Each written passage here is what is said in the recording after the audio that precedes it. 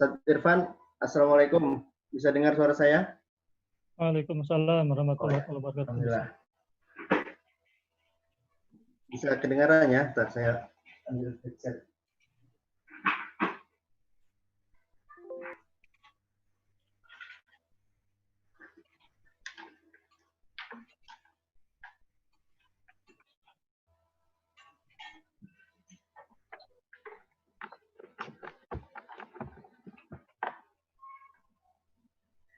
Insyaallah sebentar lagi akan kita mulai. Sebelum kita mulai, kepada teman-teman yang sudah hadir di sini, seperti biasanya mohon ketika nanti narasumber sedang menyampaikan materi, mikrofonnya di mute, dinonaktifkan agar suara-suara yang biasanya sih kita tidak bermaksud ngobrol, tapi tiba-tiba dari belakang ada anaknya atau siapa gitu, nah agar terlindungi dari situ, mungkin mikrofonnya bisa dimatikan, di-mute. Kita tunggu 2 menit lagi ya, mungkin masih ada beberapa teman yang mau hadir.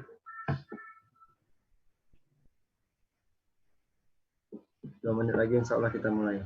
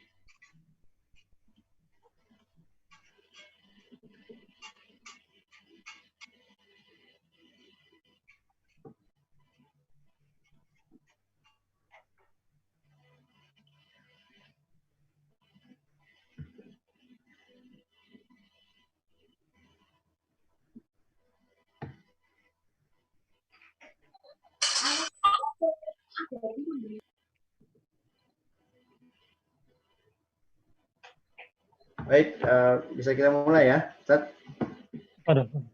Bismillahirrahmanirrahim. Assalamualaikum warahmatullahi wabarakatuh. Alhamdulillah, alhamdulillah rabbil alamin, assalatu wassalamu ala asrafil anbiya'i wal mursalin, sayyidina Muhammadin wa ala alihi washabihi ajma'in. Rabbi shrah li sadri wa yassir li amri wahlul 'uqdatam min lisani yafqahu qawli. Amma ba'd. Alhamdulillah, teman-teman semua, kita kembali hadir di kajian sore Ramadan ini. Ngaji sore Ramadan. Nah, ini sudah di penghujung Ramadan ya, sudah tanggal 28 Ramadan, mungkin besok Syawal atau hari Ahad yang sama ya, tapi kayaknya hari Ahad. Ini Jumat terakhir, berarti Jumat terakhir Ramadan kita menghadirkan kembali Ustadz Irfan Abu Nafid yang insya Allah akan melanjutkan kajian Jumat kemarin. Jadi Jumat kemarin itu membicarakan persoalan khilafah. Nah, hari ini beliau kembali akan memberikan materi bisyarah Rasulullah Fajar Kekhilafahan Al-Mahdi. Sudah hadir banyak ini dari teman-teman dari berbagai macam daerah. Saya sekaligus mengadmit masih ada 3 atau 4 orang yang akan hadir. Saya kembali mengingatkan kepada teman-teman yang baru bergabung, nanti sebentar lagi materi akan disampaikan oleh Ustadz Irfan Abu Nafid. selama beliau menyampaikan materi, mohon teman-teman semuanya untuk menonaktifkan mikrofonnya, di mute. Nanti insya Allah akan ada waktu, mudah-mudahan cukup waktunya untuk kita berdiskusi, untuk kita berdialog. Kalau ada pertanyaan kepada narasumber, nah itu silakan nanti mikrofonnya diaktifkan.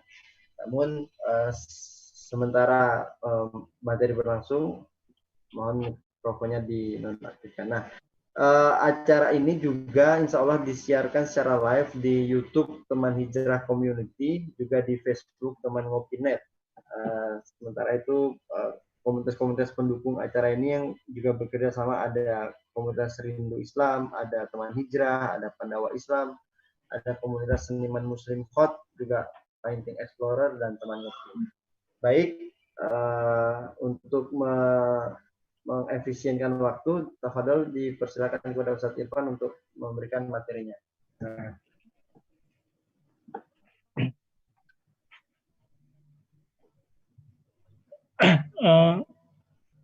Bisa di ini, Ustaz. Ana mau share ini materinya. Oh ya, ini sudah bisa kok. Saya jadikan ini ya, saya jadikan saya jadikan co-host, itu bisa share. Sudah, silakan.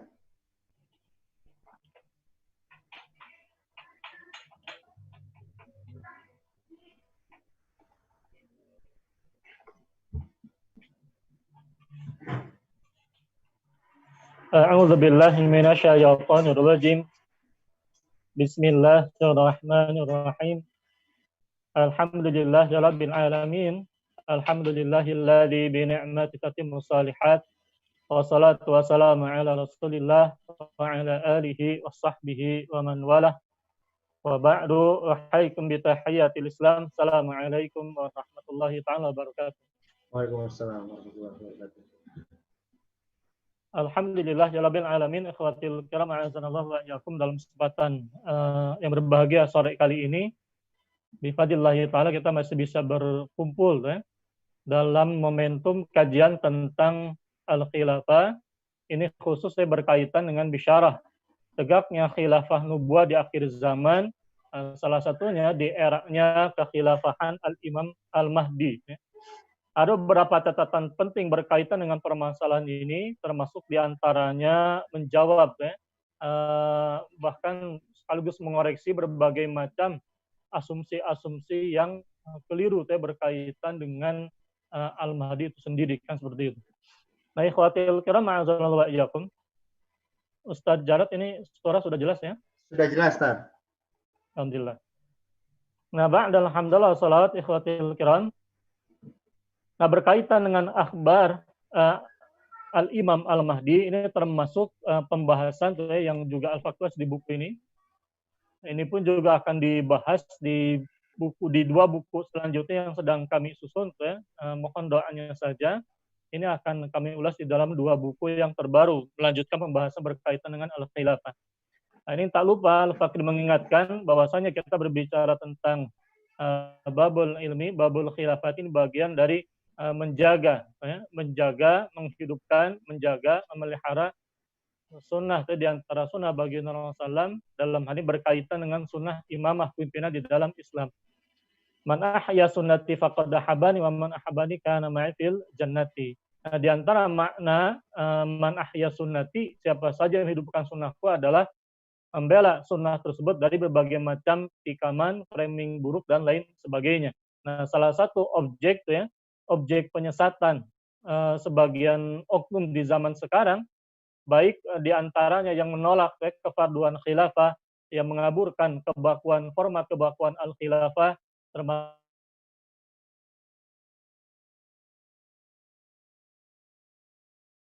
di antaranya yang menolak telusuri kitab-kitabnya para ulama, terutama para ulama mu'asirin, para ulama abad ke-19, abad ke-20, yang mengulas tentang babul ilmi, babul Imamil Mahdi. Itu di dalam kitab-kitab mereka ada cuplikan bantahan terhadap sebagian oknum tokoh-tokoh mu'asirin.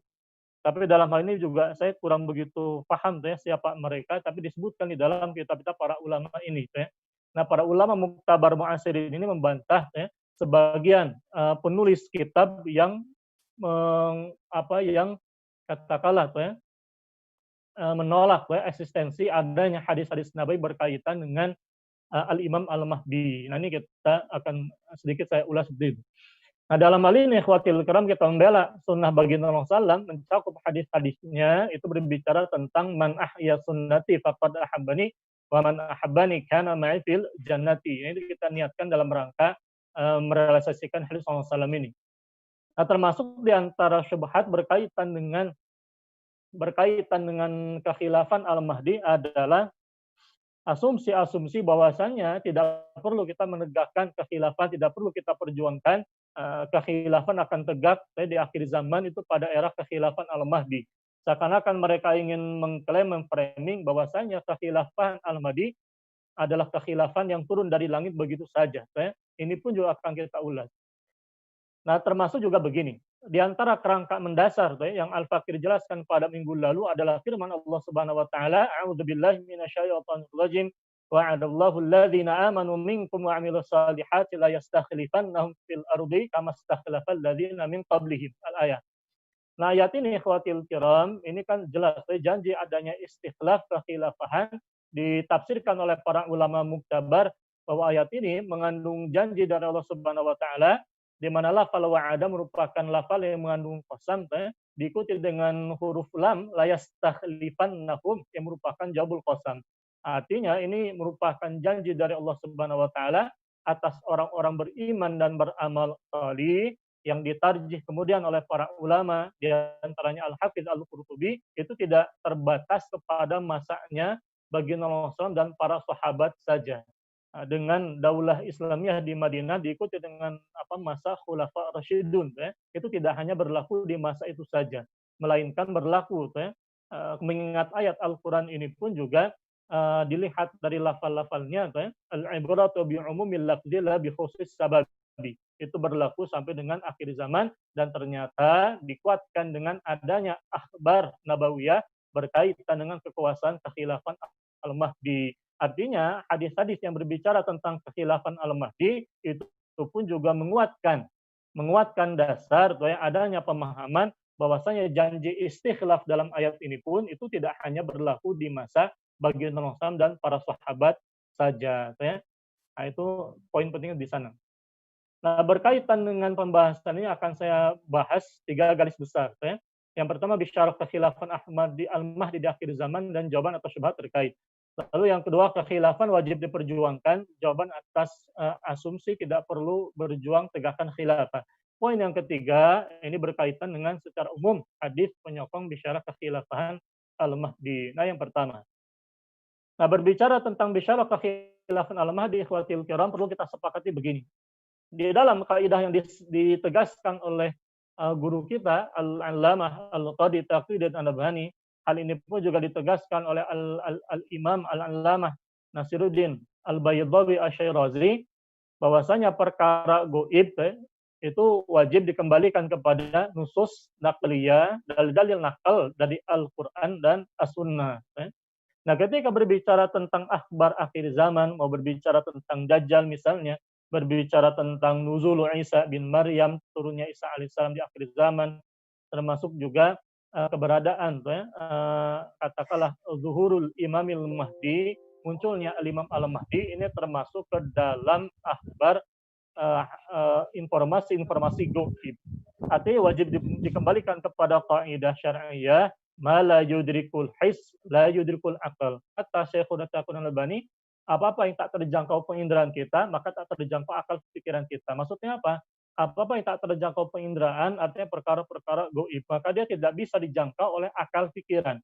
Artinya tidak bisa menggunakan rujukan dalil-dalil akliyah, melainkan wajib dikembalikan kepada dalil-dalil nakliyah. Ketika tidak ada khobar nakliyah, tidak ada informasi yang bisa dinukil dari Quran dan Sunnah, maka tidak boleh diyakini. Ketika diyakini, maka ini yang dinamakan dalam bahasa para ulama akidah dengan istilah khurafat. Karena yang dimaksud dengan al-khurafat itu digunakan oleh orang Arab secara asal-usul kepada keyakinan yang la asla lahu, tidak ada asal-usulnya. Cuma digunakan dalam istilah syar'i itu likullil abatil, untuk setiap kebatilan baik i'tiqadan wa maqalan, baik berupa keyakinan maupun juga ucapan. Nah, berbagai macam ucapan termasuk juga ucapan-ucapan batil, katakanlah yang menjudge khilaf ajaran teroris, khilaf ajaran radikal tertolak itu termasuk ke dalam khurafat dalam terminologi syar'i. Nah, dalam hal ini ikhwatil kiram, ini pun juga sama kaidahnya menurut kaidah Al-Baydawi dalam kitab tafsirnya. Dalam kitab tafsirnya Al-Baydawi, perkara al-khafi la yudrikul al-hissu wala taqtadihi badihatul aqli. Badihatul aqli. Jadi hal-hal yang tidak bisa dijangkau oleh penginderaan dan tidak akan bisa dijangkau oleh kejelasan akal pikiran. Jadi sejelas-jelasnya akal pikiran itu seharusnya bisa menjangkau perkara. Tapi ketika dia berbicara tentang perkara gaib, maka tidak bisa dijangkau kecuali dengan dalil-dalil nakliyah. Nah, poin pentingnya di sini. Di dalam kitabnya Al-Hafiz Abdullah bin Muhammad Al-Gummari Al-Hasani ini dalam kitab ini saya nukilkan juga, ini saya mendapatkan rekomendasi langsung dari muridnya Dr. Mahmud Said Mamduh Al-Misri, pakar hadis dari Mesir. Muhadis guru dari orang-orang Indonesia. Banyak orang Indonesia yang belajar kepada beliau. Nah, ketika saya konsultasi kepada beliau tentang babul khilafati, beliau menunjukkan silahkan, kata beliau, baca kitabnya Al-Hafiz Abdullah Al-Gummari, termasuk keluarga ahli hadis. Ini kitabnya ada, saya punya. Ini beliau menyatakan begini. Nah, tentang akhbarul mahdi, ahadithul mahdi muttafaqun ala tawaturiha baina hufadzil hadithi wa nuqadihi. Bahwasanya hadis-hadis tentang al-mahdi itu disepakati atas kemutawatirannya di antara para hufadzul hadis, di antara para hafiz hadis dan juga para nuqadnya, para kritikus hadisnya. Faqad qala al-hafidhu Abul Husain al-Abari tawatarat al-akhbaru wastafadat bikasrati ruwatiha anil Mustafa alaihi salatu wasallam bimaji'il mahdi. Bahwasanya telah jelas bahwasanya al-hafidh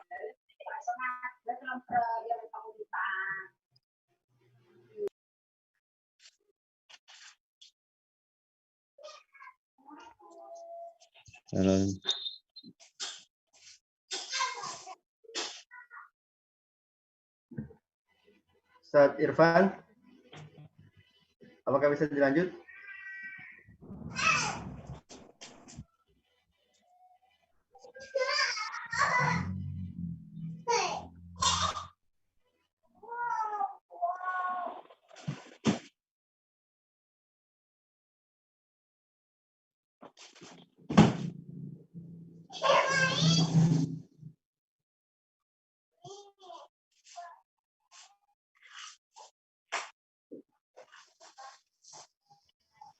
Sat, suaranya hilang, Sat. Afwan.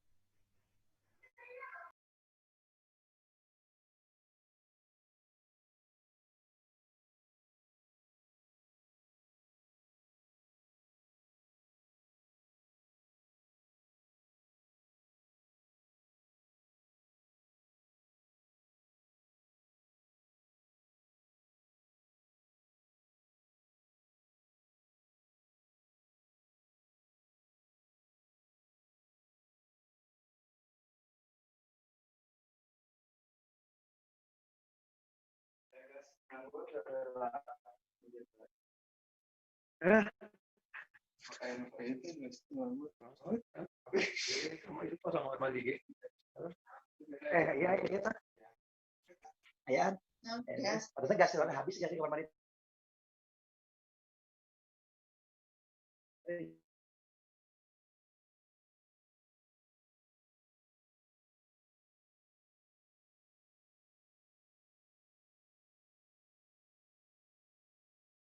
Afwan, Ustaz Irfan, apakah masih berada dengan kita koneksinya?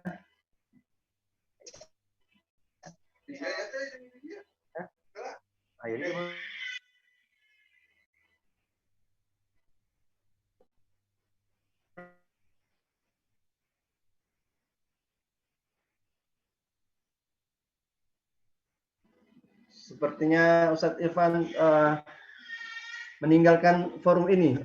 Mungkin koneksinya sedang ada masalah. Minta tolong Ustadz Danang untuk menghubungi beliau kembali.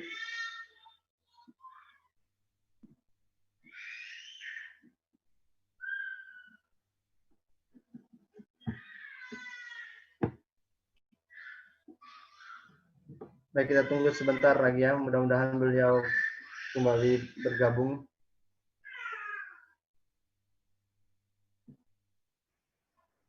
Ya, saya coba hubungi dari WA dulu beliau, Ustaz. Ya, baik.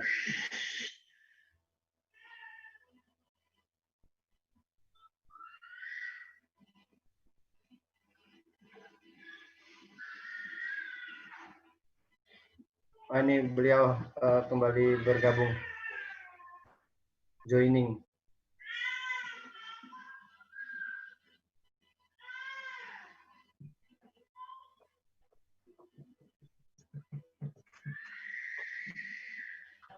Ini mohon maaf ya, ada kesalahan ini teknis.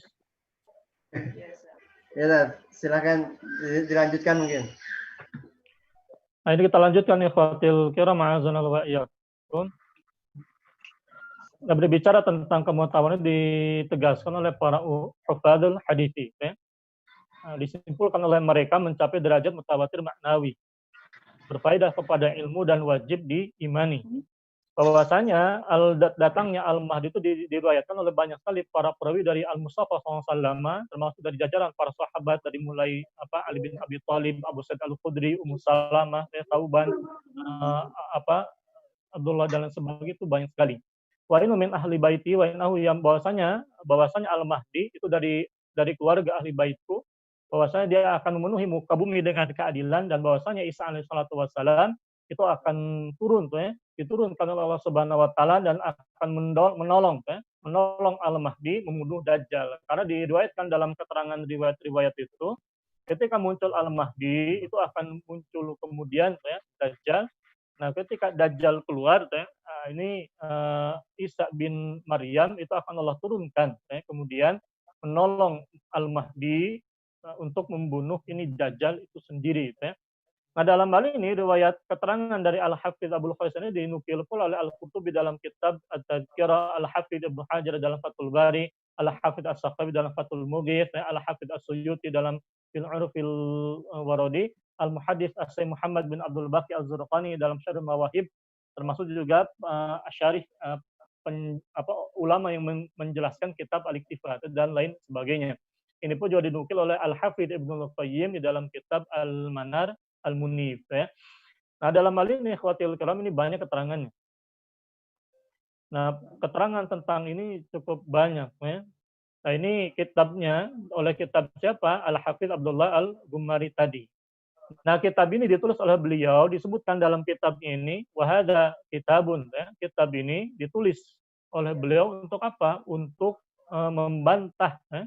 Untuk membantah Abtaltu fihi za'ma man ankara ahaditsil Mahdi, man ankara ahaditsal Mahdi. Bahwasanya kitab ini aku tulis untuk apa? Untuk membatalkan, membantah asumsi orang yang mengingkari hadis-hadis Al-Mahdi Al-Muntazar, wa bayantu annaha mutawatirat, dan aku menjelaskan bahwasanya hadis tentang Al-Mahdi mutawatir, wa inna munkiraha, dan bahwasanya orang yang mengingkari hadis-hadis Al-Mahdi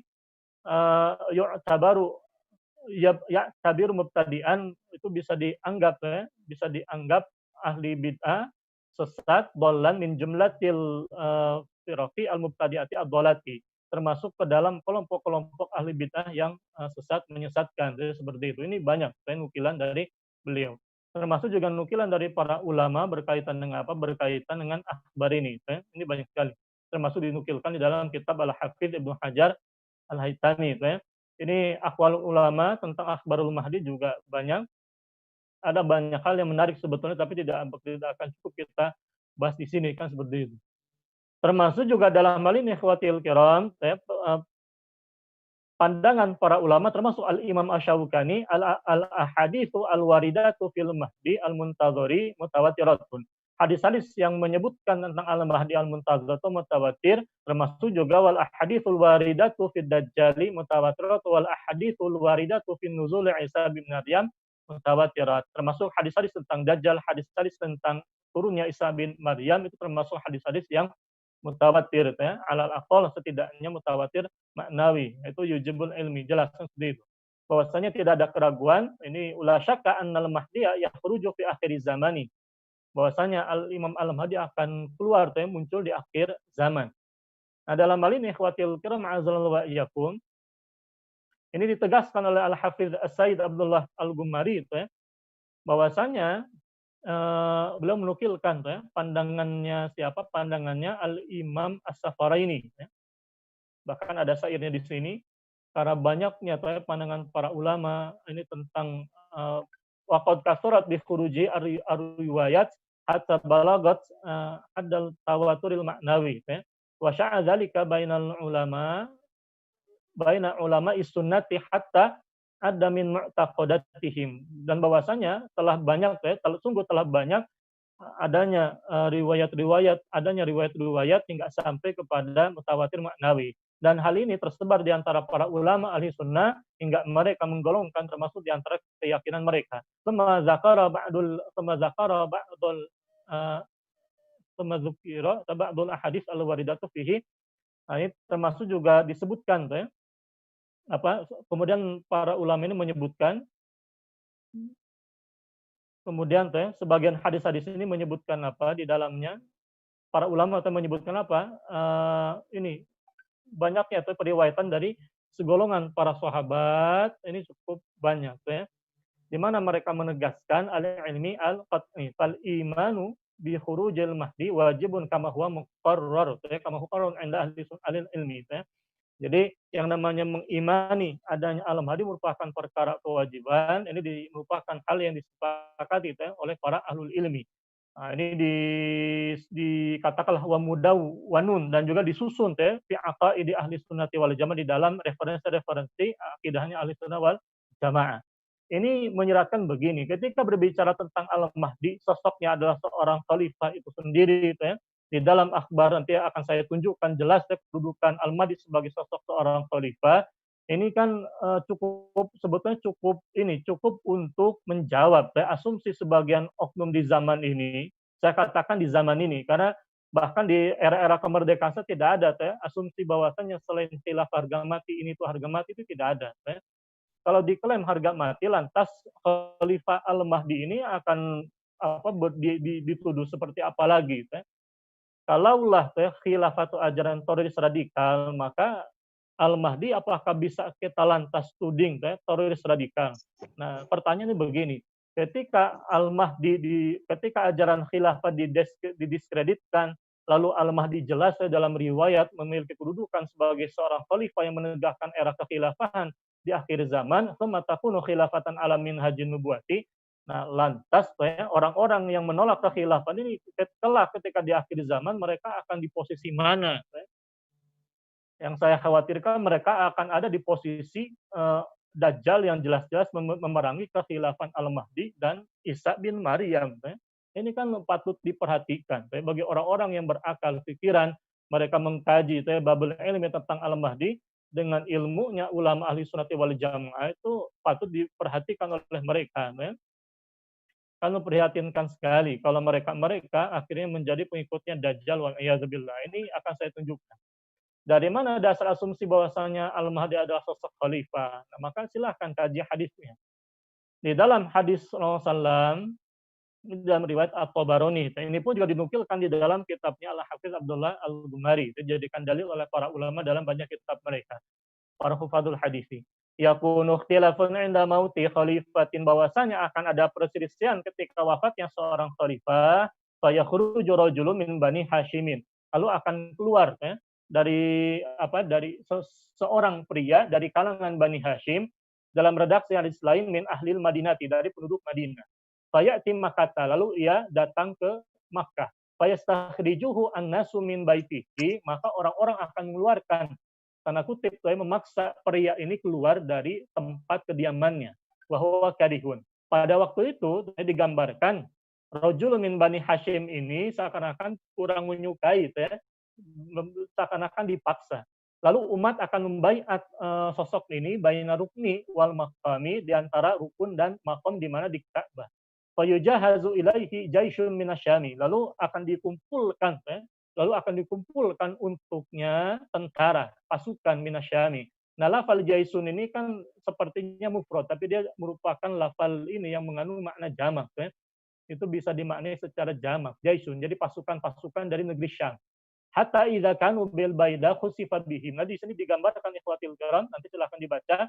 Jadi ketika dipersiapkan pasukan dari Syam untuknya, ini pasukan ini akan berperang di wilayah Baida, tempat antara Makkah dan Madinah, di mana para tokoh Syam dan kepala suku dari Arab pun akan mendatanginya, membaiat Al-Mahdi ini. Kemudian muncul seorang musuh dari negeri Syam yang paman-pamannya atau tokoh-tokohnya dari suku Kalbun. Ya, dalam hal ini ikhwatil kaum ini akan terjadi peperangan, tapi dalam hal ini Al-Mahdi akan meraih kemenangan di wilayah Syam itu, hingga dikenal pada hari itu sebagai kekalahan suku Kalbun itu sendiri.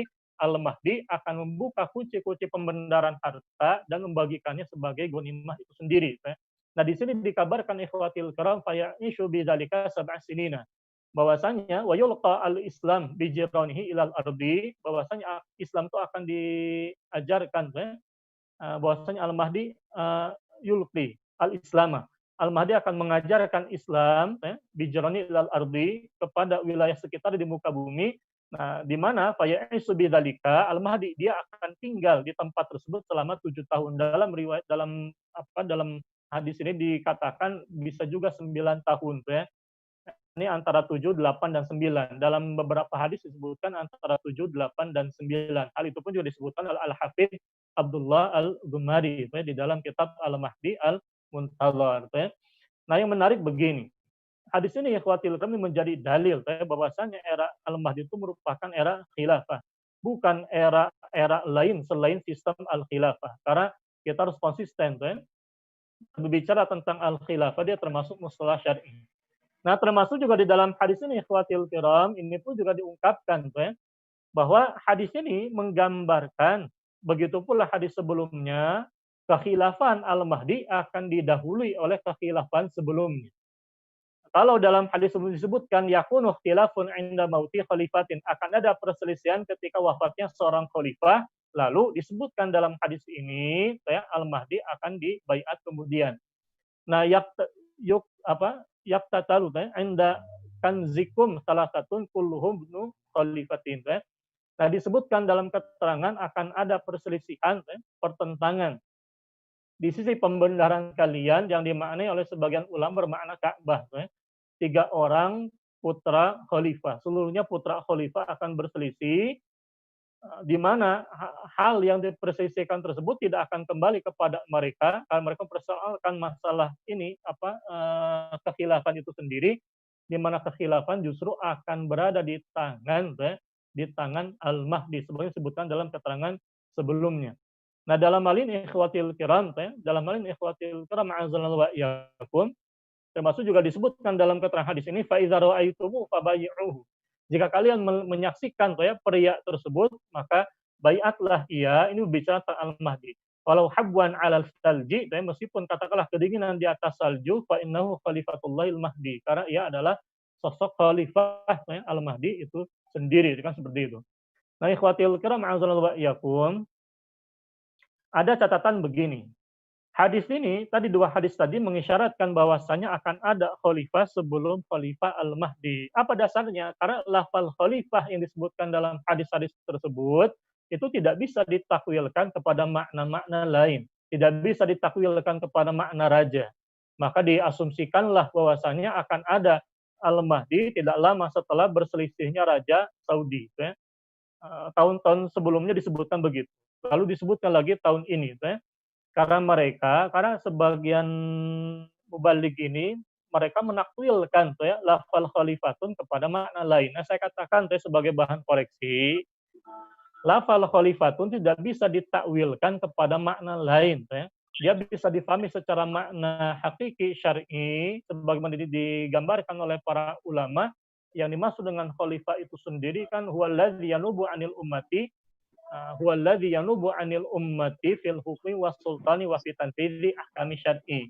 Bahwasanya sosok khalifah secara syar'i adalah orang yang mewakili umat di mana beliau dibayat oleh umat untuk menerapkan hukum dan pemerintahan dan menegakkan hukum-hukum syariat.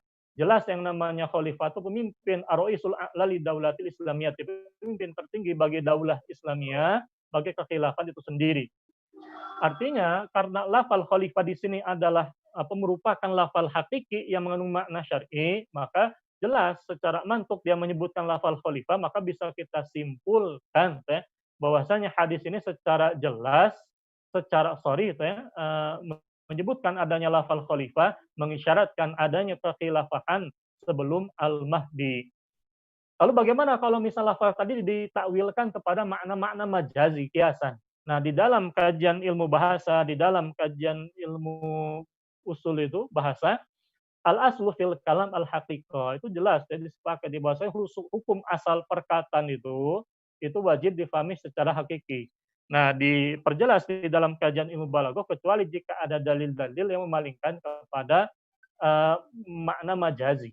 Sebagai contoh ketika muncul firman Allah Subhanahu wa taala, "Fas'alu was'alil qaryata." Dan bertanyalah kalian kepada al-qaryah. Qaryah itu kan kampung. Nah, tidak mungkin kita maknai secara hakiki lafal kalimat dalam ayat ini bertanyalah kepada kampung. Kampung seperti apa yang bisa kita tanyai, Maka ini wajib difahami secara majazi, Di sana ada majaz mursal, ditegaskan pula oleh Syekhuna Atta bin Khalil Abu Arustah. Ini wajib difahami secara majazi, maksudnya adalah ahlal qaryati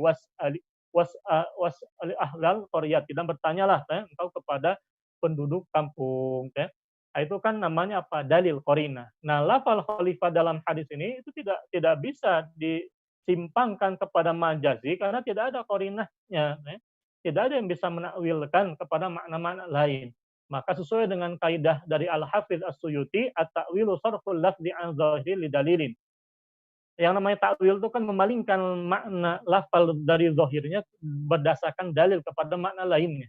Fa lam yakun li dalilin, kalaulah tidak ada dalil, falaibun la ta'wila wala dalila ala hadza fa laibun bil hadithi.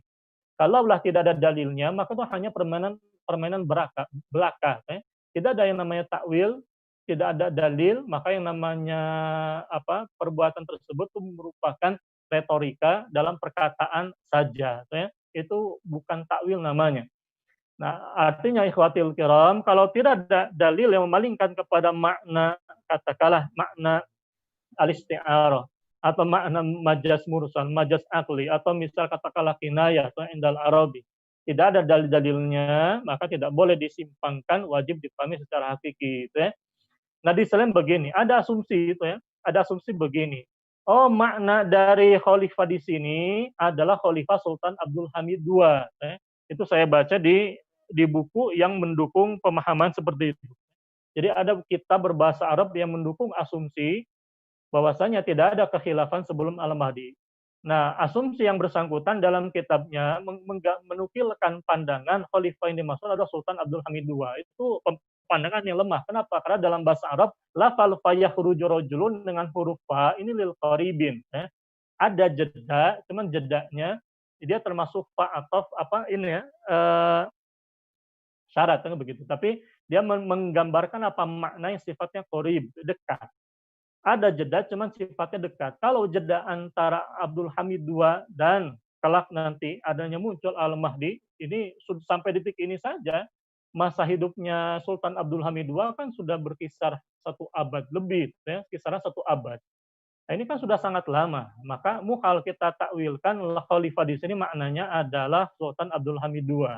Maka bisa kita asumsikan ketika wafat seorang khalifah tidak lama kemudian seorang Bani Hashim, nanti ditafsirkan oleh para ulama maksudnya adalah Al-Mahdi itu sendiri, karena konteks hadis ini bicara tentang Al-Mahdi. Keluar Al-Mahdi, ini kan tidak dalam waktu yang tidak begitu lama setelah wafatnya seorang khalifah. Termasuk juga dalam hadis setelahnya, ini pun juga menggambarkan yaktatalu berperangnya 3 orang di sisi Ka'bah tuh dari putra khalifah. Ini pun juga berbicara tentang ini kekhilafahan, munculnya kekhilafan Al-Mahdi yang kemudian diperintahkan oleh baginda Allah SAW, fabayi'uhu, bayatlah ia falau habwan ala salji. Nah, kalimat walau habwan ala salji ini kalau dalam kajian ilmu balaghah termasuk ke dalam al-isti'arah at-tamtsiliyah karena dia berupa tarkib susunan kalimat. Kalimat yang dipinjam oleh baginda Allah berupa tamtil perumpamaan, saking pentingnya membaiat Al-Mahdi, karena dia adalah khalifah Al-Mahdi itu sendiri, kan begitu. Nah, ini bagian dari perintah dari baginda Allah. Dalam hal ini ikhwatil kiram termasuk juga lafal ikhtilafun, yakunu ikhtilafun 'inda mauti khalifatin. Nah, menariknya Al-Imam Al-Mula Ali Al-Qari menjelaskan makna ikhtilafun dalam hadis ini adalah perselisihan di antara ahlul hali wal aqdi. Nah, kalau ada ahlul hali wal aqdi, ini kan predikat yang disematkan kepada para tokoh yang dikenal mereka bertanggung jawab dalam pengangkatan khalifah. Meskipun memang lafal ikhtilafun dalam hadis ini itu diungkapkan dalam bentuk isim nakirah, kata benda nakirah. Apa faedah balaghiyahnya? Faedah balaghiyah menunjukkan keumuman cakupan kondisi ketika itu umat itu berselisih berbeda pandangan. Makanya wajar kalau misalnya pria dari Bani Hasyim ini Al-Mahdi itu merasakan katakanlah kesulitan dalam merasakan kesusahan dalam hatinya, lalu ia katakanlah menyendiri, melakukan ujlah, dipaksa oleh umat di masa itu untuk keluar dan lalu dibaiat oleh mereka. Ini disebutkan dalam hadisnya seperti itu. Lalu bagaimana dengan lafal khalifatun di sini? Kan dia pun juga sama. Misal ada yang bertanya begitu, diungkapkan dalam bentuk isim nakirah, kata benda nakirah. Nah, saya katakan begini, dalam kajian ilmu balaghah, lafal khalifatun memang dia diungkapkan dalam bentuk kata benda nakirah. Cuman faedahnya itu bukan lantas bisa ditafsirkan maknanya adalah Malikus Su'ud, katakanlah Raja Saudi, raja atau presiden, di mana mustalah raja dengan monarki konstitusional dan presiden dengan sistem republiknya, itu di dalam kajian mantik usul itu tidak bisa lantas ditakwilkan bermakna atau disamakan maknanya dengan lafal khalifatun. Kenapa? Karena lafal khalifatun di dalam nas-nas syar'iyah itu mengandung makna hakiki secara syar'i. Itu yang pertama. Yang kedua, para ulama pun juga menegaskan lafal khalifatun itu mutaradif, memang sinonim dengan lafal al-imam al-a'zam, pemimpin yang paling tinggi sifatnya, memimpin seluruh kaum muslimin di muka bumi. Nah, itu kan beda maknanya dengan lafal raja untuk kerajaan tertentu atau presiden untuk nation state tertentu.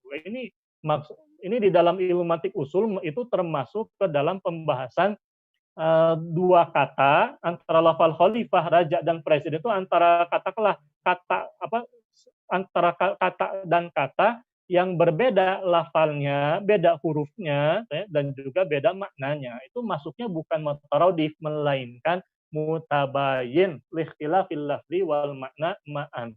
Beda lafal, beda makna, itu jelas beda hakikinya. Lalu bagaimana mungkin bisa ditakwilkan di sembarangan tadi kepada makna-makna tadi? Maka terbantahkan asumsi sebagian mubaligh itu yang mengasumsikan lafal khalifat ini kepada makna-makna lain biduni hujatin. Saya katakan biduni hujah karena memang keliru dan kesalahannya ini cukup fatal. Akhirnya diasumsikan akan ada dukun dalam waktu dekat dan sebagainya, meskipun akhirnya alhamdulillah itu kan diralat lagi kan begitu kan bifadlillahi taala. Ini rujuk ilal haqqi. Nah, dalam hal ini ikhwatil kiram lafal khalifah kan jelas maknanya dalam pembahasan para ulama. Nah, ini sudah maklum. Nah, termasuk juga dalam hal ini ikhwatil kiram a'azallahu wa iyyakum, perhatikan ini di dalam kitabnya Syekh Abul Asbal Hasan Az-Zuhairi, termasuk juga dalam penjelasan para ulama muktabar kita, ini kan banyak para ulama mu'asirin banyak yang menegaskan adanya kekhilafan sebelum Al-Mahdi. Jadi tidak berpikir secara tekstualis fatalistis, itu jelas mereka para ulama memahami seperti itu. Termasuk juga begini, dalam penjelasan para ulama ikhwatil kiram, Al-Mahdi pun juga jelas sosok khalifah. Mana dalilnya? Perhatikan dalam hadis ini. Di dalam hadis ini dinukilkan oleh siapa? Al-Hafidz Abdullah Al-Gummari. Di dalam kitab ini belum memberikan penjelasan catatan. Belum menukilkan riwayat bahwasanya dari Abu Sa'id Al-Khudri, aku mendengar baginda Rasulullah SAW bersabda, yakhruju rajulun min ummati yaqulu bi sunnati, akan keluar dari umatku, dia akan berkata-kata dengan sesuai dengan sunnahku, dengan hadis. Dan Allah akan menurunkan baginya katakanlah pertolongan dari berbagai macam ini, keberkahan dari langit itu. Wattakhruju al-ardu barakat wattukhriju al-ardu barakataha. Lalu muka bumi akan mengeluarkan dari dalam pembenaran bumi itu keberkahannya, watamul ardu minhu qistanu adlan. Dan Al-Mahdi ini akan memenuhi muka bumi dengan keseimbangan dan keadilan, kama muliat jauran wa zulman. Sebagaimana bumi akan dipenuhi sebelumnya, yakni di masa mulkan jabriyatan dengan penuh kejahatan dan kezaliman. Ya'malu ala hadil ummati, di mana sosok tadi akan melayani umat selama 7 tahun, di mana yang bersangkutan akan mendatangi Baitul Muqaddas, Palestina. Di mana digambarkan dalam hadis itu, Uqrodarul Islam Bisyam, termasuk juga dalam hadis tentang Palestina, bahwasanya dan Palestina termasuk negeri Syam, ada disebutkan dalam hadis kekhilafan di akhir zaman itu akan memasuki wilayah Al-Quds. Ini menandakan, disebutkan dalam sejumlah referensi itu kekhilafan di akhir zaman akan berpusat di Al-Quds, itu pusatnya. Cuman dia memimpin seluruh kaum muslim di muka bumi. Nah, perhatikan kalimat, termasuk dalam kalimat sebelumnya, di sini ada redaksi kalimat tamlul ardu minhu qistan wa adlan, memenuhi muka bumi dengan keseimbangan dan keadilan. Yang namanya sifatul adli ini berbicara tentang sifatul imami, kekhilafahan yang menegakkan hukum Islam itu kan menggambarkan kekhilafan yang adil.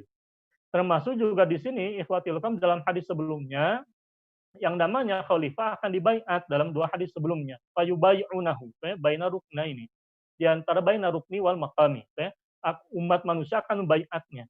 Di mana berbicara tentang hadis baiat pun itu berbicara tentang kekhilafahan. Maka bisa disimpulkan dari berbagai macam isyarat hadis-hadis tadi, petunjuk hadis-hadis tadi, yang namanya Al-Mahdi itu adalah sosok khalifah yang akan dibaiat oleh umat, dan kekhilafahannya akan berada di bumi Al-Quds, Palestina. Di mana lafal baiat ini menggambarkan sosok fungsi metode syar'i untuk mengangkat khalifah itu sendiri.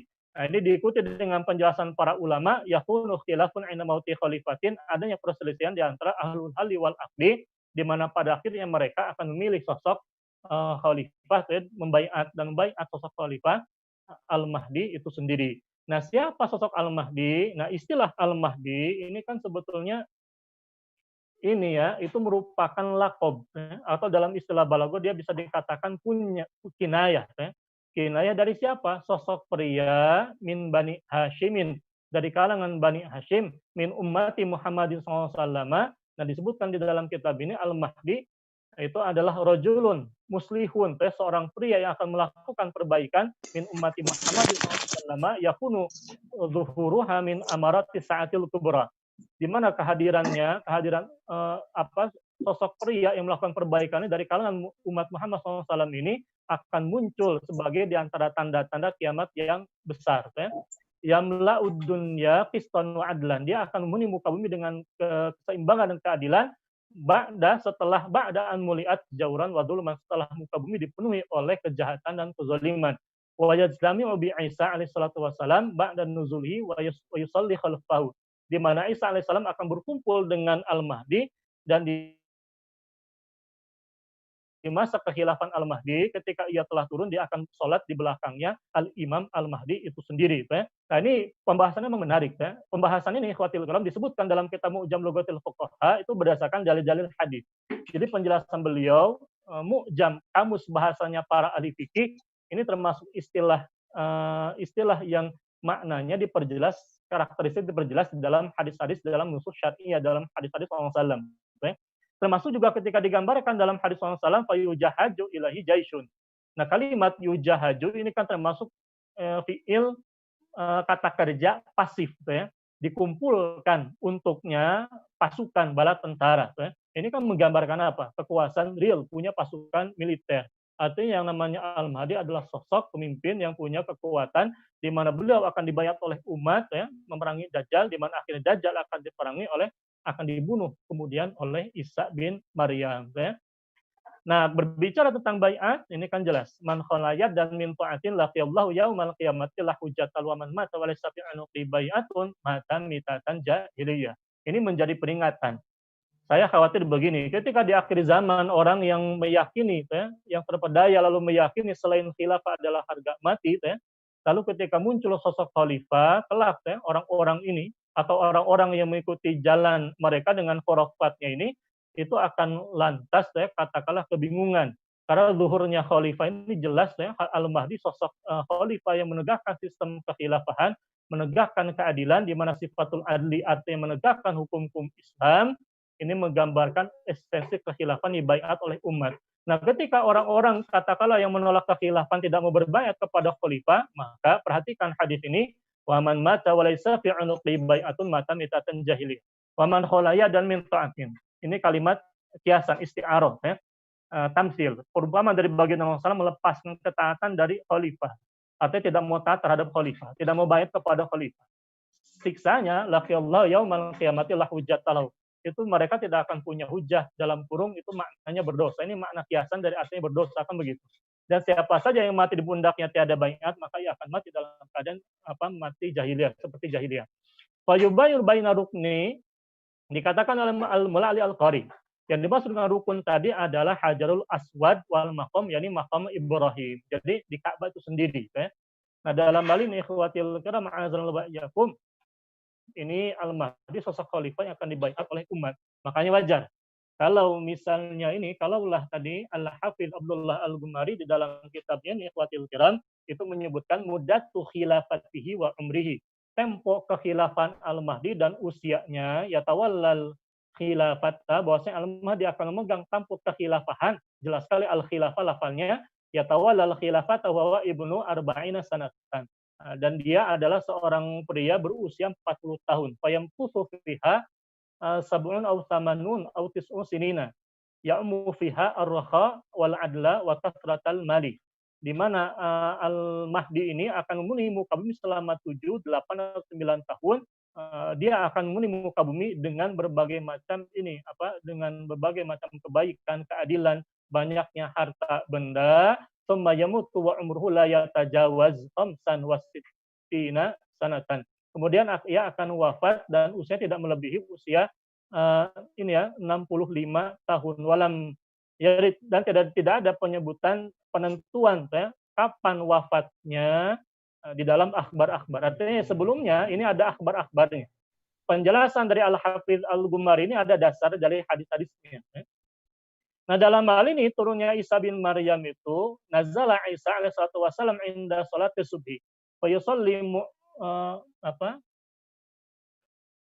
mu'min bil mahdi itu Jadi Isa bin Maryam ini akan sholat subuh dan dia akan sholat di belakang Al-Mahdi sebagai seorang makmum. Kama yakhruju fa yaqulu dajjal. Kemudian Isa akan keluar dan membunuh Dajjal, disebutkan dalam keterangan hadis-hadis. Bagaimana Isa bin Maryam pun juga digambarkan akan menegakkan keadilan sendiri. Makanya wajar kalau misalnya Al-Imam Al-Mula Ali Al-Qari, Al-Muhaddits, itu menafsirkan hadis matakunu khilafatan al-minhajin nubuwah, zamanu Isa wal Mahdi, rahimallahu ta'ala. Yani zamannya Isa dan Al-Mahdi, rahimallahu ta'ala. Nah, dalam hal ini itu bisa kita pahami, itu bisa jadi puncak kekhilafahan, puncak keadilan kekhilafan itu berada pada puncak-puncak kekhilafannya Al-Mahdi itu sendiri, dilanjutkan dengan Isa bin Maryam. Nah, dalam hal ini ikhwatil kiram a'azallahu wa iyyakum. Nah, kenapa Isa bin Maryam sholat di belakang Al-Mahdi? Nah, ini juga disebutkan dalam keterangan riwayat, karena Isa bin Maryam menganggap ketika umat mempersilahkan Isa bin Maryam sebagai al-imam, dalam riwayat digambarkan seperti itu. Nah, Isa bin Maryam mengatakan kurang lebih bermakna bahwasanya di tengah-tengah kalian sudah ada pemimpin, imam. Imamnya siapa? Al-Mahdi itu sendiri.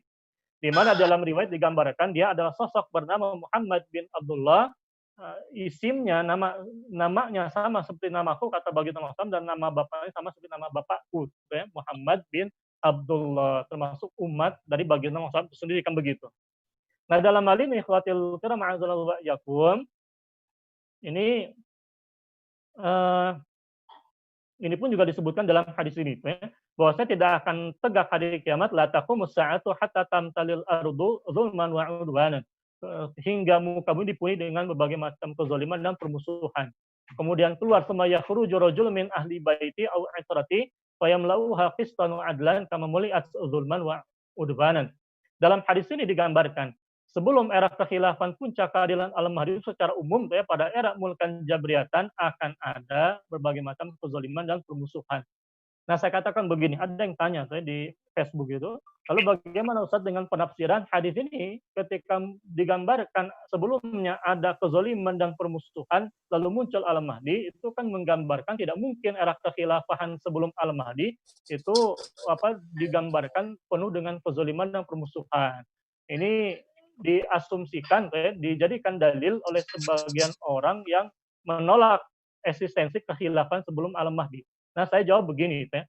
Nah, kalimat tamtalil ardu zulman wa udwanan lalu diikuti dengan kalimat fayamlau qistan wa adlan, ini dalam kajian ilmu balaghah dia termasuk ke dalam seni kalimat berkebalikan. Untuk menggambarkan apa? Menggambarkan kontras antara dua masa itu, ya. Antara masa kekhilafahan, baik kekhilafan al-Mahdi maupun kekhilafan sebelum al-Mahdi, di mana kekhilafan sebelum al-Mahdi bisa kita katakan membangun fondasi-fondasi hingga tegaklah kekhilafan al-Mahdi pada puncak-puncaknya keadilan. Nah, ini digambarkan secara kontras dengan dengan era mulkan Jabriyatan sebelumnya.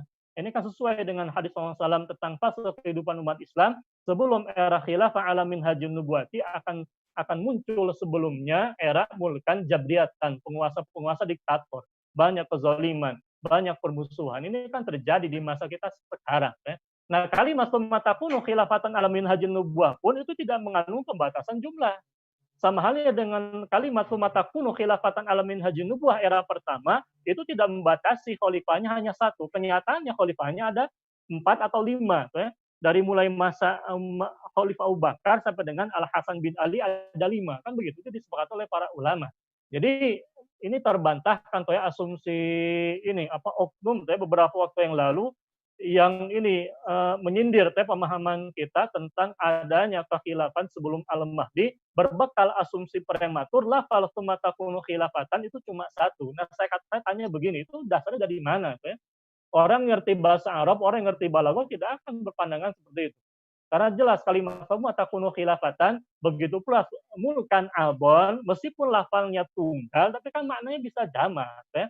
Karena dia kalimat tunggal, tapi dia menggambarkan era kehidupan secara umum, ya. Bukan berbicara tentang satu khalifah atau 2 khalifah. Itu tidak ada pembatasan jumlah di sana. Artinya jangan dibatasi seenaknya, biduni hujatin atau biduni dalilin, kan begitu, itu jelas, ya. Nah, dalam hal ini ikhwatil kiram, jadi kalimat zulman wa udwanan ini itu faedah balaghahnya bukan menunjukkan tidak adanya era khilafah sebelum al-Mahdi. Karena kalimat zulman wa udwanan ini termasuk seni kalimat berkebalikan untuk menunjukkan kontras antara era mana. Nah, diperjelas dalam hadis SAW era antara mulkan Jabriyatan dengan era kekhilafan secara umum, ya. Bukan membatasi makna bahwasanya tidak ada kekhilafan sebelum al-Mahdi. Itu tidak ada korina ke sana, melainkan korina. Jadi diperjelas dalam hadis menunjukkan kontras antara zulman wa udwanan di era mulkan Jabriyatan dan era qiston wa adlan pada era kekhilafan. Ini jadi dalil apa? Ini justru menjadi dalil utamanya kekhilafan di dalam Islam beda dengan era-era sistem-sistem lain selain khilafah. Ini menunjukkan ujian kepada era kekhilafan ala minhajun nubuwah itu sendiri. Nah, saya tanya, kalau konsisten, lalu kenapa masih ada saja berbagai macam tuduhan-tuduhan buruk terhadap khilafah di dalam Islam sendiri? Ini wajib taubatan nasuha, ini jelas mungkar. Nah, berbicara tentang khalifah itu sendiri, ikhwatil kiram, kalimat qiston wa adlan.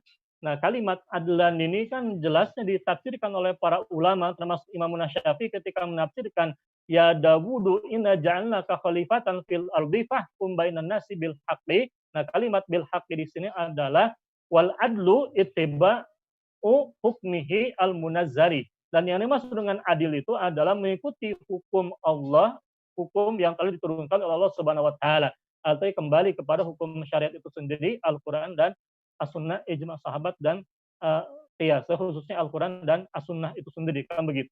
Jadi jelas sekali ikhwatil kiram a'azzalallahu wa iyyakum, kalimat qistan wa adlan ini pun juga mengandung isyarat kekhilafan era Al-Mahdi itu ya. Al-Mahdi itu bukan pemimpin lokal, bukan domestik, bukan nasional sendiri, tapi menggambarkan pemimpin umum untuk seluruh kaum muslimin. Karena makna perintah dari Rasulullah SAW, tabayyu'uhu, maka bai'atlah ya, oleh kalian.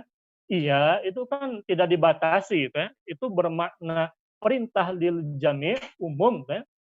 Kalaulah kalian melihat sosok tersebut, maka bai'atlah ya, walau habwan, final salji. Meskipun katakanlah tadi, ya, merasakan kesusahan, harus menempuh perjalanan yang sangat susah ya, di bumi yang bersalju. Itu menggambarkan apa? Menggambarkan perintah bagi Nabi SAW pentingnya ya, membaiat Khalifah Al-Mahdi di masa itu, ya, di masa ketika itu datang. Saya tidak tahu apakah kita akan mengalami atau tidak, itu tidak ada takyinnya. Ya.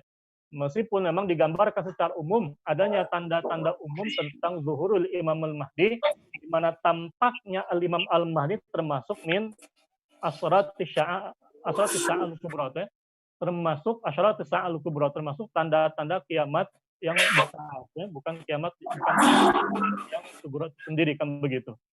Ini disebutkan oleh para ulama, ya, Al-Mahdi adalah keturunan bagi Nabi SAW, ya, akan muncul di akhir zaman. Nah, dalam hal ini ikhwatil kiram ini tolong dimutkan ini. Ini akan saya lanjutkan pembahasan ini. Nah, di dalam hadis takunu khilafatan ala minhajin nubuwati, tadi yang saya jelaskan ini ditafsirkan oleh Al-Imam Al-Mula Ali Al-Qari. Makna dari ala minhajin nubuwati maknanya adalah min kamal ala adalati wal muradu biha zamanu Isa alaihi wasallam wal Mahdi rahimallahu taala. Tadi yang saya katakan itu. Nah, ini cuma saya katakan begini, ya. Pemahaman tentang takunu khilafatan ala minhajin nubuwah, termasuk juga penafsiran Al-Mula Ali Al-Qari pada prinsip tidak membatasi, ya, tidak membatasi. Karena telah jelas wurud, ya, adanya khobar kekhilafahan, ya, sebelum Khalifah Al-Mahdi dibaiat oleh umat itu sendiri. Adanya seorang khalifah yang wafat.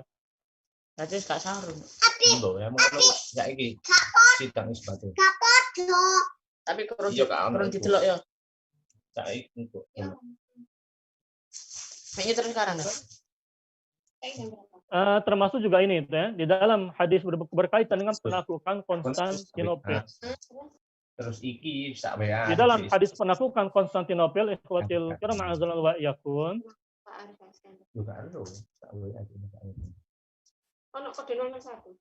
Ini digambarkan bahwasannya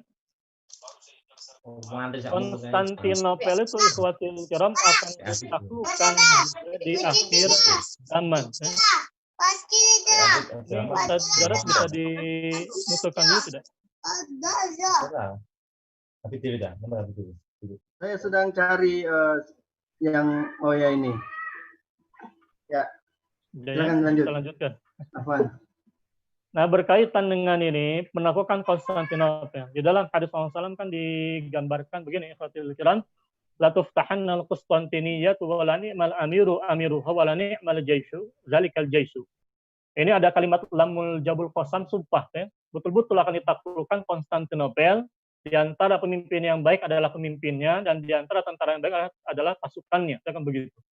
Dalam hal ini ikhwatil kiram, ya, para ulama ketika menafsirkan hadis ini, mereka pun juga mengaitkan dengan apa? Dengan hadis yang menggambarkan akan adanya penaklukan Konstantinopel yang diikuti dengan keluarnya Dajjal di akhir zaman.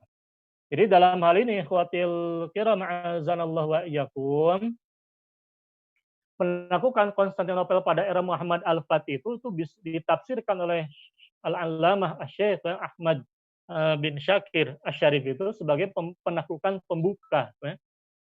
Penaklukan pembuka. Karena di sini digambarkan dalam riwayat Muslim itu, pernahkah kalian mendengar suatu kota yang satu sisinya ada di daratan, sementara satu sisi lainnya ada di lautan? Mereka menjawab, kami pernah mendengarnya.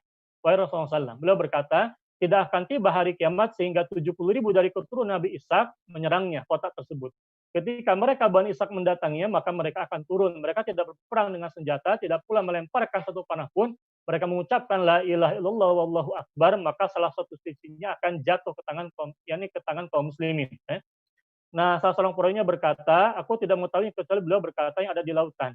Kemudian mereka mengucapkan kedua kalinya dengan ucapan yang sama, lalu jatuh lagi, ikhwatil kiram a'azallahu wa iyyakum. Nah, diucapkan kali ketiga, mereka masuk ke dalamnya mendapatkan harta rampasan perang. Ketika mereka sedang membagikan harta rampasan perang, tiba-tiba saja datang orang yang berteriak meminta tolong. Dia berkata, qad kharaja inna dajjala qad kharaja. Sesungguhnya dajjal itu telah keluar. Fa yasrukuna kulla syai'in wa yarji'una. Nah, lalu mereka meninggalkan lalu akan keluar. Nah, kalimat payah ini apa? Inna dajjala faqad kharaja. Ini dalam hadis ini menggambarkan menaklukkan Madinah ini yang ditafsirkan kemudian oleh para ulama. Ini berbicara tentang kota Konstantinopel. Lalu diikuti dengan penaklukan kota Roma itu ditafsirkan oleh para ulama. Ini penaklukan hakiki ini akan terjadi pula di akhir zaman, di mana digambarkan seakan-akan mengandung isyarat kalaulah Konstantinopel pernah ditaklukkan oleh Muhammad Al-Fatih lalu dirangkul menjadi Istanbul, menjadi kota Istanbul, menjadi pusat kekhilafan Turki Utsmaniyah. Nah, yang perlu kita ingat Konstantinopel, Istanbul ini kan pada waktu ini ketika runtuh kekhilafan Utsmani itu kan diambil alih oleh siapa? Oleh kaum munafikin, oleh Kamal Atatürk, diubah sistemnya menjadi sistem yang bukan kekhilafahan, bukan sistem khilafah, menjadi sistem yang sekularistik. Di sana azan diganti dengan bahasa Turki dan lain sebagainya. Maka para ulama mu'asirin menafsirkan penaklukan hakiki akan terjadi pula di akhir zaman, diikuti dengan penaklukan kota Roma. Nah, itu di mana Konstantinopel itu akan ditaklukkan pertama kali sebelum penaklukan kota Roma itu sendiri. Artinya ikhwatil kiram a'azallahu wa iyyakum, ini cukup jelas menggabungkan beberapa riwayat. Nah, termasuk juga berbicara tentang hadis 12 orang khalifah, ini penguat dasar bahwasanya Al-Mahdi adalah sosok khalifah ketika para ulama muktabar Al-Hafidz As-Suyuti dalam kitab Tarikhul Khulafa menggolongkan ahaduhuma Al-Mahdi termasuk minal isnai asyara khalifah, termasuk 12 khalifah min Quraisyin. Ini termasuk juga para ulama lainnya. Termasuk juga ini ya, banyaklah seperti itu. Lalu bagaimana dengan asumsi kita menunggu saja kekhilafan Al-Mahdi tidak perlu kita perjuangkan? Saya jawab begini, yang pertama, yang namanya menegakkan peradaban khilafah itu kan bukan sesuatu yang turun dari langit begitu saja. Saya tanya begini, baginda Rasulullah SAW dan para khulafaur rasyidun ketika mereka memperjuangkan tegaknya daulah Islamiyah di Yasrib, Madinah itu apakah mereka tinggal diam turun dari langit? Kan tidak.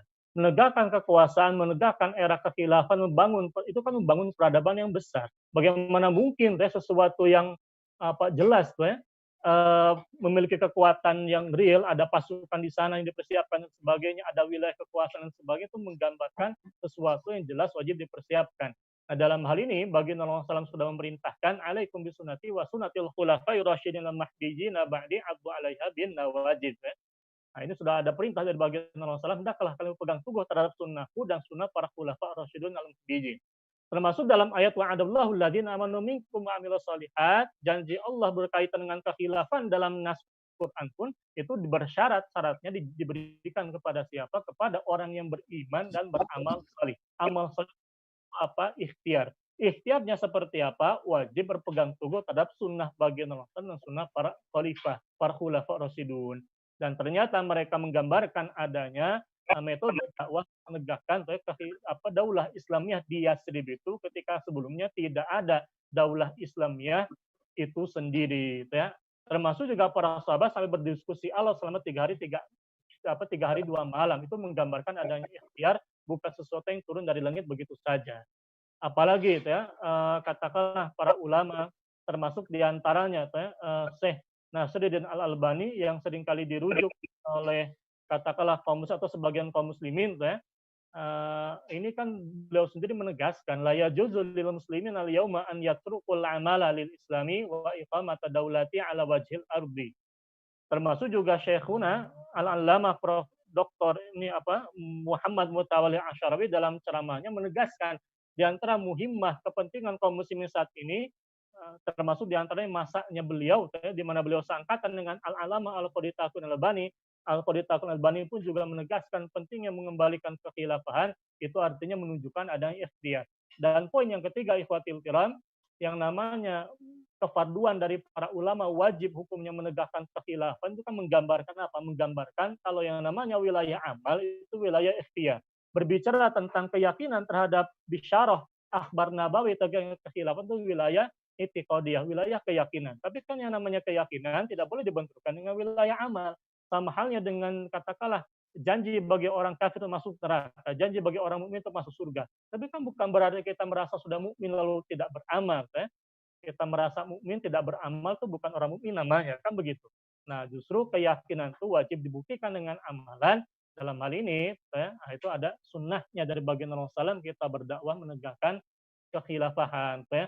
Berjuangnya pun bukan dengan cara apa? Bukan dengan cara menciptaburukan kekhilafahan. Bagaimana mungkin kita bisa membenarkan asumsi orang yang mengatakan saya meyakini Al-Mahdi akan muncul di akhir zaman, akan ada kekhilafan Al-Mahdi, pada saat yang sama mereka menolak perjuangan penegakan al-khilafah. Ini minal qiyasi jadi wallahu a'lam bishawab. Kiram, bisa dibuka sih tanya jawab meskipun hanya sebentar. Baik, itu tadi materi yang cukup komplit dari Ustaz Irfan Abu Nafid. Sekarang kita masih punya waktu kurang lebih 12 menit. Silakan teman-teman yang mau tanya jawab, yang mau bertanya ataupun menyampaikan komentarnya, silakan diaktifkan mikrofonnya yang mau bertanya atau raise hand, angkat tangannya. Apakah ada? Ini ada 32 partisipan ini. Berarti kalau selain saya dan Ustadz Irfan berarti ada 30 orang. Yang di YouTube ini nggak ada. Atau ada lagi yang mau disampaikan, Ustaz? Ya, sebetulnya ada banyak kita para ulama, para doktor, para tokoh mu'asirin yang menegaskan al-khilafatul islamiyatu wa imkaniyatu audatiha qabla zuhuril mahdi alaihi salam. Nah, ini pun juga dituliskan oleh para dokter dari wilayah Palestina itu, kemungkinan munculnya kekhilafan sebelum era al-Mahdi. Termasuk juga di dalam kitab-kitab lainnya. Ini banyak sebetulnya kitab-kitab para ulama yang menggambarkan ikhwatil kiram a'azalallahu akan munculnya kekhilafan sebelum era kekhilafan al-Mahdi. Termasuk juga ini. Nah, ulama yang memberikan kepada saya rekomendasi kitab itu, ini buktinya di sini ada. Ketika saya dialog dengan beliau melalui dunia maya, Dr. Mahmud Said Mamduh, termasuk ulama ahli hadis, beliau termasuk masuk dikenal masih hidup sampai sekarang bifadlillahi ta'ala. Nah, beliau pernah saya tanya, bagaimana pandangan Al-Hafidh Abdullah bin Siddiq Al-Gumari tentang al-khilafah. Berbicara tentang hadis matakunu khilafatan ala minhajun nubuwah. Apakah ada kitab beliau yang menjelaskan tentang hadis tersebut? Lalu beliau memberikan rekomendasi, beliau menegaskan ittafaqa ulama ahli sunnati wasyi'atu ala wujubil khilafati. Bahkan ulama ahli sunnah dan juga syiah, termasuk juga dari kalangan kelompok-kelompok lain, itu menyepakati wajibnya kekhilafahan. Wahada ma'lumun likulli dirasi siyasiyati syar'iyyah. Ini perkara yang maklum bagi para pembelajar siasat syariah. Ala ikhtilafi fi syurutiha bainahum. Meskipun katakanlah ada sedikit perbedaan dalam perincian tentang pembahasan rinci kekhilafan itu sendiri. Cuman yang namanya al-khilafah itu sendiri kan dipahami kebakuannya dan disepakati kefarduannya. Jadi bukan perkara istihadi dan sebagainya. Lalu bagaimana kalau ada asumsi menegakkan khilafah itu kan fardu ala kifayah? Saya katakan begini, para ulama ketika mereka menjelaskan wajibnya mengangkat khalifah nasbul imam fardu ala kifayah, Imam Al-Mawardi menyebutkan kefarduan itu berbicara tentang kefarduannya ahlul halli wal aqdi, yang kedua orang-orang yang memiliki kemampuan. Nah, itu perlu dipahami, ditempatkan begini. Berbicara tentang kondisi saat ini ketika tiada kekhilafahan, itu bukan mustahil kefarduan tadi bisa dipenuhi oleh katakanlah tokoh-tokoh umat saja. Mengingat bahkan saya katakan begini, jangankan tentang kefarduan khilafah yang maklum dipahami oleh para ulama terdahulu. Di zaman sekarang, tentang kefarduan khilafah, tentang kebakuannya saja akan betul-betul dihancurkan gambarannya. Bagaimana katakanlah musuh-musuh Islam ketika mereka menghancurkan kekhilafan Turki Utsmani, itu mereka berhasil mengaburkan bayangan umat tentang kekhilafahan. Semakin kesini semakin kabur. Lalu muncullah para mujadid, para ulama mujadid memahamkan umat terhadap khilafah, termasuk kefarduannya seperti yang dipahami oleh para ulama Ahlussunnah wal Jamaah. Di zaman sekarang jangankan memahami kefarduannya, kita sudah seakan-akan terbiasa dengan orang-orang yang bahkan saya katakan memberanikan diri melecehkan khilafah, dikatakan mimpi khayalan bolong di tengah siang bolong semata dan sebagainya, itu kan merupakan penistaan wal a'yadzubillah terhadap hukum syara. Padahal yang namanya al-khilafah bagian dari tajul hudud, dan kefarduan menegakkan al-khilafah, kalaulah diasumsikan sebagai fardu alal kifayah, perlu dipahami dalam ilmu usul begini. Yang namanya fardu alal kifayah itu bahwa wajibun ala jamil mukallafina wa yasqutu anhum bi fi'li badihim. Pada asalnya yang namanya fardu alal kifayah itu ikhwatil kiram, kewajiban atas seluruh orang mukallaf. Kefarduannya ada di setiap orang mukallaf. Buktinya tidak ditentukan siapa-siapa yang katakanlah harus menegakkannya. Dalam hal ini wa yasqutu anhum bi fi'li badihim, di mana kefarduan kepada seluruh orang mukallaf tadi itu bisa gugur dengan dipenuhi oleh sebagiannya. Itu kalau memang bisa diselesaikan oleh sebagian. Nah, saya tanya, kalaulah kefarduan memakamkan jenazah fardu alal kifayah, lalu semua orang di kampung tersebut mengabaikan jenazah tadi, saya tanya, yang berdosa siapa?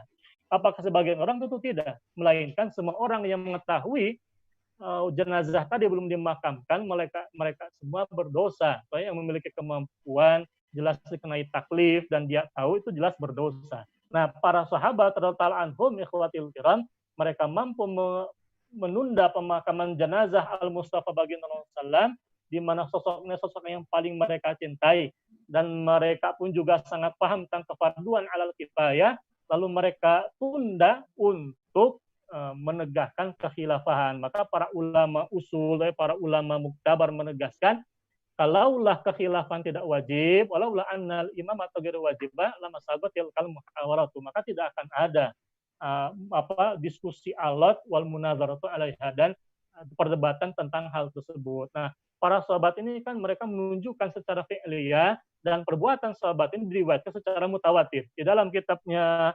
Al-Allamah Profesor Dr. Abdullah Sun Al-Dumaiji, tawatarat, itu telah mutawatir adanya perbuatan para sahabat, mereka menunda pemakaman jenazah al-Mustafa SAW.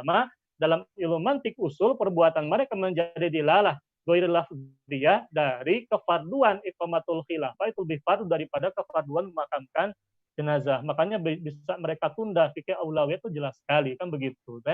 Nah, apalagi para ulama menegaskan, wa dhahaba ilal awali al-jumhur, jumhurul ulama menegaskan, dan ini merupakan pandangan zahir dari pandangan al-Imam Asy-Syafi'i dalam Kitabul dan mereka berdalil ala dzalika bismil jami, bitarkihi, bahwasanya yang namanya kefarduan al-kifayah itu wajib atas seluruh orang mukallaf. Ini dipandang oleh jumhurul ulama, termasuk zahir dari pendapatnya al-Imam Asy-Syafi'i dalam Kitabul dan mereka berdalil dengan pandangan tersebut biismil jami, bahwasanya berdosa semua orang bitarkihi walau lam yakun wajiban alaihim kulhum lima aslimu bitarki. Ketika tidak ada satupun di antara mereka, maka dosa seluruhnya ketika meninggalkan kefarduan alal kifayah tadi.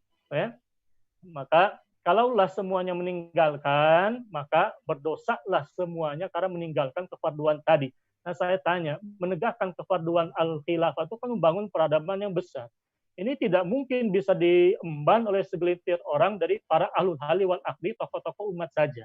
Maka umat wajib bahu-membahu. Mereka para ulama, para du'at, para thalabul ilmi syar'i, para ahli sains dan sebagai orang mukmin, orang muslim, mereka bahu-membahu membangun peradaban untuk memahamkan umat terhadap kefarduan iqamatul khilafah bersama-sama menegakkan kekhilafan di dalam Islam. Wallahu a'lam bishawab ikhwatil kiram a'azallahu wa iyyakum. Kepada Ustaz Jarod. Ya, ini ada yang tanya dari Ibu Maya Bandung. Beliau bertanya, kapan Roma ditaklukkan? Apakah ada juga dijelaskan? Apakah Roma dimaksud yang di Itali? Mengapa Roma yang ditaklukkan? Apakah Imam Mahdi benar? Wah, banyak ditanyain. Apakah Imam Mahdi benar sudah ada saat ini? Gitu, kira-kira kapan kira-kira Imam Mahdi dibaiat? Silakan. Dari sejumlah riwayat saya simpulkan begini ya. Yang pertama, kapan Roma ditaklukkan? Yang pertama dengan kaidah akidah tadi tidak ada ta'yinnya. Kalau tidak ada ta'yin, tidak ada penentuan waktu kapan-kapan di dalam nas hadis SAW, maka tidak bisa kita tambahkan kecuali apa yang dikabarkan dalam hadis, dalam dalil-dalil nakliyah Quran dan Sunnah. Dalam hadis digambarkan penaklukan kota Rum itu setelah melakukan Konstantinopel. Karena ditanyakan oleh para sahabat, Madinah ayu Madinatul Awalan, maka Rasulullah menjawab Madinatul Herkil, kotanya Heraklius, yakni kotanya Konstantinopel, artinya itu yang pertama, setelah itu baru Roma. Artinya dalam hal ini kita bisa tentukan waktunya setelah Konstantinopel itu ditaklukkan oleh kaum muslimin. Kapan waktunya, kapan tanggalnya, itu tidak ada khobar, maka tidak bisa kita jawab. Apakah Roma ini maksud adalah Italia? Yang pasti begini, kota Rum di sana kalau kita kaitkan dengan hadis turunnya Isa bin Maryam akan mematahkan salib. Sama saja apakah mau dimaknai secara hakiki atau majazi, cuman kalimat mematahkan salib itu kan sangat relevan dengan apa? Sangat relevan kalau kita coba takwilkan dengan hadis ini, Roma itu pusatnya salib tadi. Nah, kira-kira di mana? Nah, itu kan silahkan bisa dijawab. Kalau Roma tadi adalah pusatnya salib, jadi dikaitkan dengan Isa bin Maryam akan mematahkan salib di akhir zaman, meluruskan akidahnya orang-orang yang keliru, meyakini Isa sebagai anak Allah, anak Tuhan dan sebagainya. Nah, itu silahkan. Yang pasti kota Rum di sini itu apakah Italia atau bukan, itu tidak bisa saya tentukan. Tapi kota Rum di sana itu digambarkan sebagai Madinah, kotanya peradaban dari Romawi. Ditentukan apakah Italia Roma di zaman sekarang, itu saya pribadi tidak bisa memastikan. Cuman ciri-cirinya bisa kita pahami kalau dikaitkan dengan tadi hadisnya berkaitan dengan akhbar Isa bin Maryam, maka mematahkan salib itu diantara petunjuk isyarat berkaitan dengan kota Roma ini, itu bisa jadi. Cuman intinya ikhwatil kiram, kota Rum ini akan ditaklukkan di akhir zaman, itu dikabarkan oleh Nabawi. Lalu apakah Imam Mahdi benar sudah ada di saat ini? Maka jawabannya adalah wallahu ta'alam bishawab. Kalau ada yang mengklaim Imam Mahdi sudah ada, sudah kecil, sudah ada di zaman sekarang, masih kecil atau sudah dewasa dan sebagainya, kalau tidak ada dalil nakli dari Quran dan Sunnah, tidak ada petunjuk naklinya, maka bisa saya katakan itu mengandung khurafat. Atau katakanlah berbicara tanpa berdasarkan kekeliruan menafsirkan makna khalifatun. Nah, ini artinya kullu mabuniya ala fasidin fafasidun. Setiap penakwilan, setiap penafsiran yang dibangun di atas dasar yang rusak, yang keliru, maka kesimpulannya pun juga akan rusak. Maka kalau dikatakan Imam Mahdi sudah hidup atau tidak, saya kurang setuju. Saya tidak setuju kalau ada katakanlah fulan dan fulan yang berani menentukan ta'yin, Imam Mahdi sudah ada biduni dalilin. Kecuali kalau dia punya dalil yang bisa dipertanggungjawabkan dari nusus syariah, itu bisa kita pelajari, kan begitu. Cuman sampai sejauh ini kapan kira-kira Imam Mahdi akan dibaiat? Wallahu alam bisawab. Tapi yang perlu kita pahami tadi dijelaskan oleh para ulama hufadzul hadithi bahwasanya akhbar nabawiyah yang ada menggambarkan Imam Mahdi adalah khalifah di akhir zaman dan kehadirannya menjadi min asyratis sa'atil kubra, termasuk di antara tanda-tanda kiamat yang besar. Kehadiran Al-Mahdi akan diikuti dengan penaklukan Konstantinopel, keluarin Dajjal dan sebagainya. Ini saya kira tanda-tanda ke arah sana asyratis sa'ah al-kubra, kehadiran Al-Mahdi ini belum adanya Al-Imam Mahdi belum kita temukan Imam Mahdi yang dibayar di zaman sekarang. Jelas belum ada.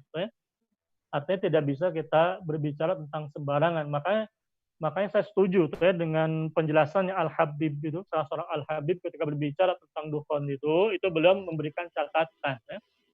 Munculnya sebaran informasi yang bisa diasumsikan mengandung khurafat ya, berkaitan dengan dukhon itu kan dikritisi oleh salah seorang Al-Habib Abdullah kalau tidak salah. Di dalam videonya beliau memberikan catatan apakah orang yang menafsirkan, memberikan penjelasan seperti itu memiliki pemahaman yang mendalam terhadap katakanlah fikih tahawulat ya, pemahaman terhadap berbagai macam mustalahat, terhadap fikih tahawulat, memahami fikih bagaimana fikih menafsirkan hadis-hadis akhir zaman kepada realita di kekinian. Itu kan membutuhkan pemahaman yang mendalam ya. Saya sendiri tidak berani. Dalam hal ini termasuk juga pemahaman terhadap berbagai macam mustalahat. Nah, saya setuju tadi misal berbicara menafsirkan lafal khalifah saja. Itu kan ada ilmunya di dalam Islam ya.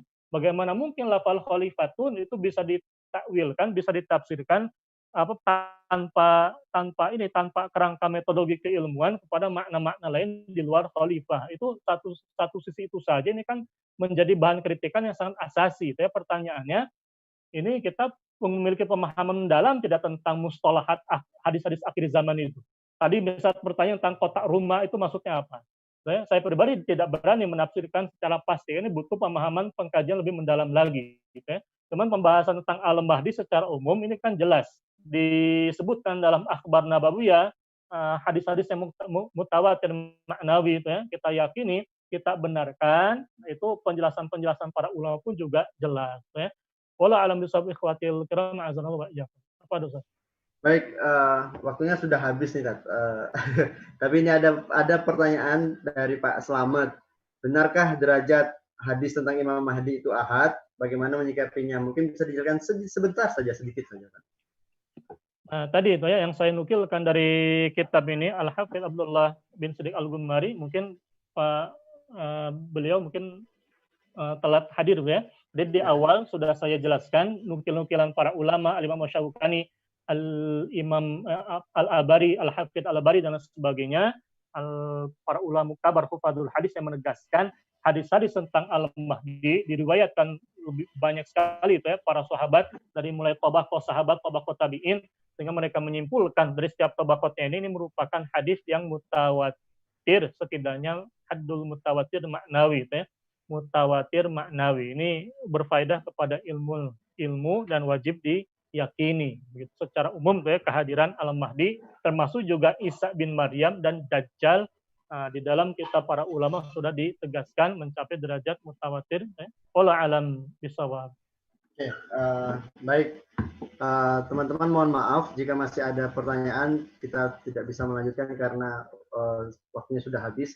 Di beberapa daerah itu sudah berbuka, jadi teman-teman itu ada yang izin keluar mungkin bisa buka puasa. Di sini juga di Kalimantan Barat sudah mau buka puasa juga. Intinya kajian ini insya Allah akan, jika ada di waktu yang lain, hadir kembali, akan dipublikasikan lagi. Ini kajian yang sangat menarik. Terima kasih Ustadz Irfan Abu Nafid yang sudah memberikan banyak sekali ilmunya kepada kita semua. Saya selaku moderator mohon maaf jika dalam menyampaikan membawa acara ini terdapat kekurangan. Kita tutup acara kita pada hari ini dengan kifaratul majelis. Subhanallahumma wa bihamdika, Assalamualaikum warahmatullahi wabarakatuh. Waalaikumsalam. Ustadz Jarad, misalnya nanti mungkin setelah Ramadan ada kajian lanjutan ya. Insya Allah. Kajian balago hadis-hadis siasah. Ya, insya Allah. Bisa dengan Ustadz Danang nanti koordinatornya, Tat. Ustadz Danang Ramadan, nah, insya Allah nanti bisa komunikasi langsung. Baik, begitu. Saya akhiri ya ini Zoom-nya. Assalamualaikum. Waalaikumsalam.